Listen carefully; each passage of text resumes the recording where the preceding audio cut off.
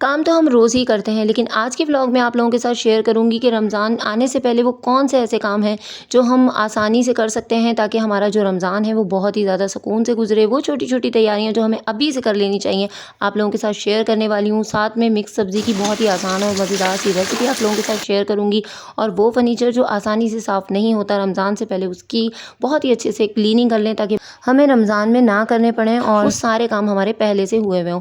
अस्सलाम वालेकुम, कैसे हैं आप सब लोग? अल्हम्दुलिल्लाह मैं बिल्कुल ठीक-ठाक हूँ। सबसे पहले तो मैंने क्या किया है कि अपने घर में ये तैयारी शुरू करी है कि जो बच्चों के कबर्ड हैं और जो मेरी वार्डरोब है ना, उसकी मैं अच्छे से क्लीनिंग कर लूँ। जो कपड़े मेरे पास एक्स्ट्रा हैं, तो अगर किसी के काम आ सकते हैं, तो ज़ाहिर-सी बात है बच्चे हमेशा ना वक़्त के साथ-साथ बड़े होते हैं, छोटे तो होते नहीं हैं।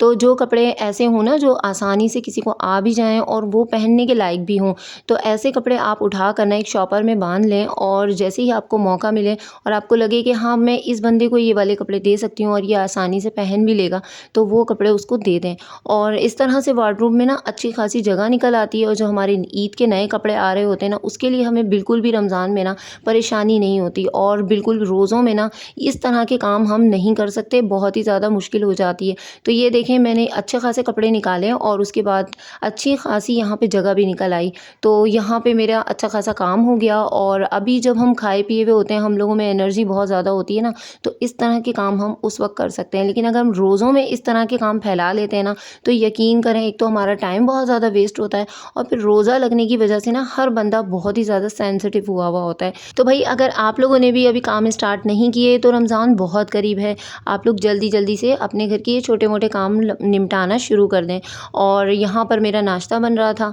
अच्छा, सुबह-सुबह में काफ़ी एनर्जी होती है हम लोगों में, और ये भी होता है कि हमें कुछ ना कुछ ऐसा लगता है कि हम बहुत ज़्यादा एनर्जेटिक होते हैं। मेरा जो काम करने का जो एक रूल है ना, वो मैं सुबह में ही फ़ॉलो करती हूँ। सबसे पहले अपना पेट भरें। अब ये देखें कि कोई हमारा ख़्याल नहीं करेगा। पहले हमने काम तो करने ही हैं, हमने रमज़ान के भी करने हैं, अल्हम्दुलिल्लाह से हमने ईद के भी काम करने हैं, लेकिन सबसे पहले हमने क्या करना है, अपनी सेल्फ़ केयर करनी है। हम पूरे घर का काम कर रहे होते हैं, सबको देख रहे होते हैं, नाश्ता दे रहे होते हैं, लेकिन कभी आपने ये चीज़ देखी है कि किसी ने आके हमें ये कहा हो कि ये लो भई, पहले अपना नाश्ता एन्जॉय करो दिल भर के और उसके बाद काम स्टार्ट करना। तो ये सारी चीज़ें ना हमें अपने लिए खुद करनी पड़ती हैं। अपने आप का ख़्याल करो, और उसके बाद अच्छा ख़ासा जब एनर्जी फ़ील करने लगो तो घर का काम स्टार्ट करो। फिर कोई काम मुश्किल नहीं लगता, हर काम ना जल्दी-जल्दी से फटाफट से हो जाता है। यहाँ पर वही पुरानी रूटीन है, वही रोज़मर्रा के काम हैं। जब हम वैसे ही हैं तो हमारे काम भी वैसे ही होते हैं ना। घर का जो काम होता है वो उसी तरीके से रोज़ उसी रूटीन से हो रहा होता है, बस ये है कि थोड़ा आगे पीछे हो जाता है। तो यहाँ मैं अपने बेडरूम की क्लीनिंग कर रही हूँ, बच्चे स्कूल जा चुके हैं, और मैं सबसे पहले अपने काम का स्टार्ट अपने बेडरूम से करती हूँ। तो सबसे पहले क्या करती हूँ कि जो ब्लैंकेट हैं, आपको पता है ना कि अक्सर वो धूप लगाने से रह जाते हैं, और हम क्या करते हैं, ऐसे ही उसको लपेट के रख देते हैं। तो मेरा तरीका ये है कि मैं 2 ब्लैंकेट में होते हैं ना, तो एक दिन एक को धूप लगाती हूँ और एक दिन एक को धूप लगाती हूँ। तो अगर आपके घर में भी धूप आ रही होती है ना, तो ब्लैंकेट को लाज़मी धूप लगाया करें 1 से 2 घंटे, और उसके बाद फिर उसको अच्छे तरीके से झाड़ के ना उसकी तह बना के फिर अपने बेडरूम में रख दिया करें। तो कभी भी ना आपके ब्लैंकेट में कोई स्मेल वगैरह भी नहीं होगी, और चाहे मौसम कैसा भी हो, आपके जो ब्लैंकेट में से बिल्कुल मैसी और गंदी सी स्मेल नहीं आएगी। क्योंकि ब्लैंकेट एक ऐसी चीज़ है जो बहुत कम ही वॉश होते हैं, और पूरी सर्दी में तकरीबन 1 से 2 दफ़ा ही वॉश होते हैं। इसके अलावा तो फिर वो जब सर्दी ख़त्म हो जाती है और हमें रखने होते हैं, तो तब हम उसको वॉश करते हैं। तो धूप लगाना एक बेस्ट तरीका है, इसको लाज़मी फ़ॉलो किया करें। तो इससे ना बहुत ही ज़्यादा अच्छी सी फीलिंग्स भी आती हैं। फिर चाहे आप ब्लैंकेट में परफ्यूम लगा दें, या फिर बॉडी मिस्ट होते हैं वो लगा दें आप। और साथ-साथ में मेरी जो गैलरी की सफाई होती है, वो भी सुबह-सुबह की ही बहुत ज़्यादा होती है। मैं कहती हूँ ना कि किसी-किसी के जो एनर्जी आवर्स होते हैं ना, वो होते हैं कुछ किसी के सुबह के होते हैं, किसी के दोपहर के होते हैं। तो मेरे जो होते हैं वो मेरे सुबह के होते हैं। मुझे ऐसा लगता है मुझ में एनर्जी माशाल्लाह माशाल्लाह सुबह में बहुत ज़्यादा होती है। तो यही वजह है कि मैं अपना ज़्यादातर व्लॉग ना आप लोगों के साथ सुबह का ही शेयर कर रही होती हूँ। और जो मेरी रात की रूटीन है, उसमें अक्सर ऐसा होता है कि आप लोगों ने मुझे सब्जियाँ काटते हुए देखा होगा, और रात में ना मैं जो एक्स्ट्रा काम होते हैं ना, वो आप लोगों के साथ शेयर करती हूँ, जो मुझे अगले दिन के लिए डन करने होते हैं। साथ में जब भी खाना बनाना होता है, तो उसको हाफ़ डन करके मैं रख रही होती हूँ, वो मैं आप लोगों के साथ शाम की रूटीन शेयर कर रही होती हूँ। तो अक्सर ऐसा होता है ना कि ख़वातीन अपनी शाम की रूटीन शेयर करती हैं, तो समझ लिया करें कि मेरी वही शाम की रूटीन होती है। अच्छा, इस तरह के जो फ़र्नीचर होते हैं ना, जो थोड़ी-सी डिज़ाइनिंग वाले होते हैं, उनकी क्लीनिंग करनी बहुत ज़्यादा मुश्किल होती है। लेकिन अगर हम इनको टाइमली क्लीनिंग ना करें इनकी, और इनको अच्छे से साफ़ ना करें ना रोज़ाना, तो फिर क्या होता है कि इसके ऊपर डस्ट जम जाती है और फिर लगे रहो उसके अंदर, उसको रगड़ रगड़ के साफ़ करते रहो। तो हर चीज़ को ना अगर देखभाल कर लें हम 2 से 3 दिन के अंदर, तो फिर क्या होता है कि चीज़ें भी चमकती रहती हैं, फिर ना इतनी ज़्यादा मेहनत भी नहीं करनी पड़ती। तो ज़रा चेक करें, पूरा जो मेरा फर्नीचर है ना वो इस वक्त बड़ा अच्छे तरीके से चमक रहा है और हर चीज़ ना बहुत अच्छे से ऑर्गेनाइज हुई हुई है। तो यकीन करें, बहुत दिल खुश होता है जब एक एक कमरे की चीज़ साफ़ सुथरी होती है। तो मेरे पास जब ज़्यादा टाइम होता है ना तो मैं ज़्यादा क्लीनिंग को टाइम देती हूँ, लेकिन अगर जब मैं देखती हूँ कि मेरे पास टाइम कम है और आज मुझे कुकिंग ज़्यादा करनी है और मेरे पास बाहर जाने के भी काम है ना, तो उस दिन मैं जो क्लीनिंग होती है ना उसको कम टाइम देती हूँ। लेकिन बैलेंस रखने की वजह से ना मेरा घर फिर चमकता ही रहता है। और इस तरह के जो बिजली के बोर्ड होते हैं ना, इनको लाजमी साफ़ किया करें। अक्सर हम इन चीज़ों को नज़रअंदाज कर देते हैं और उसकी वजह ये होती है कि फिर काफ़ी दिन के बाद जब हम इनको हाथ टच करते हैं तो इनके ऊपर काफ़ी ग्रेस और काफ़ी जो है ना डस्ट लगी हुई होती है। तो लाज़मी इस चीज़ को अवॉइड नहीं किया करें। वॉशरूम की जो क्लीनिंग है ना, ये अभी से आप लोग स्टार्ट कर दें। अगर आप लोगों के वॉशरूम में बहुत ज़्यादा निशानात हैं तो हार्पिक मंगवाएँ और जल्दी से ना अपने किचन की, अपने वॉशरूम की सफाई कर लें और ताकि रमज़ान हमारे अच्छे से गुज़रें।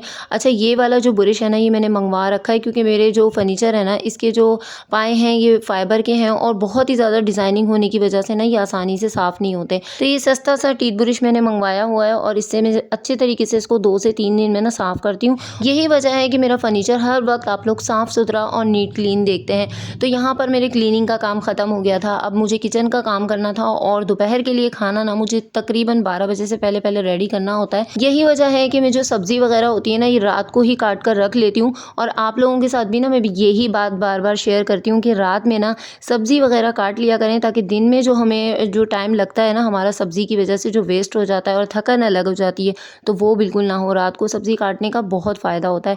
यकीन करें, ये सारी सब्ज़ी रात की कटी हुई है, बस सुबह-सुबह मैंने इसको वॉश किया है और झटपट से मेरा खाना रेडी हो चुका है। तो यहाँ पे बहुत ही आसान से तरीके से मैंने इसको बनाया है और मैं जितनी भी आप लोगों के साथ रेसिपी शेयर करती हूँ ना, वो सारी बहुत आसान होती हैं।